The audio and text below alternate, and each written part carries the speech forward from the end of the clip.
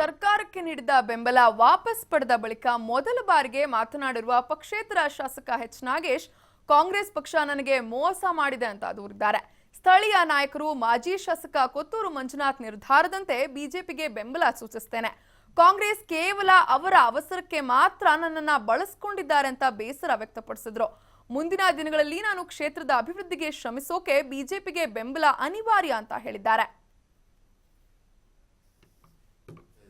ನನಗೆ ಸ್ಥಾನಮಾನ ಕೊಟ್ಟಿಲ್ಲ, ನನಗೆ ನೋವಾಯಿತು, ಬಿಟ್ಟು ಬಂದೆ ಅಂತ ಯಾರೋ ಇದನ್ನ ಹುಟ್ಟಿಸಿ ಮಾತಾಡಿದ್ರೆ ಎಲ್ಲ ನಂಬಬೇಕು. ನಮ್ಮ ದೇಶದಲ್ಲಿ ಸುಳ್ಳು ಅರ್ಧಕ್ಕರ್ಧ ಸುಳ್ಳು ಹೇಳೋ ಜನ ಇದ್ದಾರೆ, ಸುಳ್ಳಲ್ಲೇ ಬದುಕೋರಿದ್ದಾರೆ.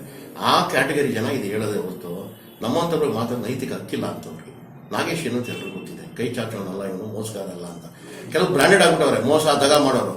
ಅವ್ರಿಗೆ ಅವರು ಒಳ್ಳೆ ಪೊಸಿಷನ್ಸ್ ಇದ್ದಾರೆ, ಚೆನ್ನಾಗಿದ್ದಾರೆ. ನಮ್ಮಂಥವ್ರಿಗೆ ಕಾಲ ಅಲ್ಲ. ಇದಕ್ಕೆಲ್ಲ ನಾನು ಕಿವಿ ಕೊಡಲ್ಲ. ಸ್ಪಷ್ಟವಾಗಿ ಹೇಳ್ತಾ ಇದ್ದೀನಿ, ನನಗೆ ಸ್ಥಾನಮಾನ ಕೊಟ್ಟಿಲ್ಲ, ನನಗೆ ನೋವಾಯಿತು, ಬಿಟ್ಟು ಬಂದೆ ಅಂತ ಯಾರೋ ಇದನ್ನ ಹುಟ್ಟಿಸಿ ಮಾತಾಡಿದ್ರೆ ಎಲ್ಲ ನಂಬಬೇಕು. ನಮ್ಮ ದೇಶದಲ್ಲಿ ಸುಳ್ಳು ಅರ್ಧಕ್ಕರ್ಧ ಸುಳ್ಳು ಹೇಳೋ ಜನ ಇದ್ದಾರೆ, ಸುಳ್ಳಲ್ಲೇ ಬದುಕೋರಿದ್ದಾರೆ. ಆ ಕ್ಯಾಟಗರಿ ಜನ ಇದು ಹೇಳೋದೇ ಹೊರತು ನಮ್ಮಂಥವ್ರಿಗೆ ಮಾತ್ರ ನೈತಿಕ ಹಕ್ಕಿಲ್ಲ ಅಂತವ್ರಿಗೆ. ನಾಗೇಶ್ ಏನು ಅಂತ ಎಲ್ರಿಗೂ ಗೊತ್ತಿದೆ. ನನಗೆ ಸ್ಥಾನಮಾನ ಕೊಟ್ಟಿಲ್ಲ, ನನಗೆ ನೋವಾಯಿತು, ಬಿಟ್ಟು ಬಂದೆ ಅಂತ ಯಾರೋ ಇದನ್ನ ಹುಟ್ಟಿಸಿ ಮಾತಾಡಿದ್ರೆ ಎಲ್ಲ ನಂಬಬೇಕು. ನಮ್ಮ ದೇಶದಲ್ಲಿ ಸುಳ್ಳು ಅರ್ಧಕ್ಕರ್ಧ ಸುಳ್ಳು ಹೇಳೋ ಜನ ಇದ್ದಾರೆ, ಸುಳ್ಳಲ್ಲೇ ಬದುಕೋರಿದ್ದಾರೆ.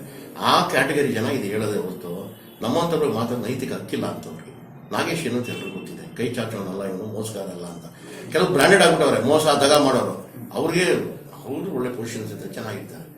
ನಮ್ಮಂಥವ್ರಿಗೆ ಕಾಲ ಅಲ್ಲ. ಇದಕ್ಕೆಲ್ಲ ನಾನು ಕಿವಿ ಕೊಡಲ್ಲ.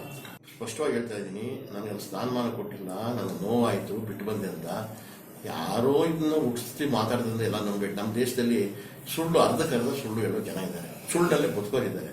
ಆ ಕ್ಯಾಟಗರಿ ಜನ ಇದು ಹೇಳೋದೇ ಹೊರತು ನಮ್ಮಂಥವ್ರಿಗೆ ಮಾತ್ರ ನೈತಿಕ ಹಕ್ಕಿಲ್ಲ ಅಂತವ್ರಿಗೆ. ನಾಗೇಶ್ ಏನು ಅಂತ ಎಲ್ರಿಗೂ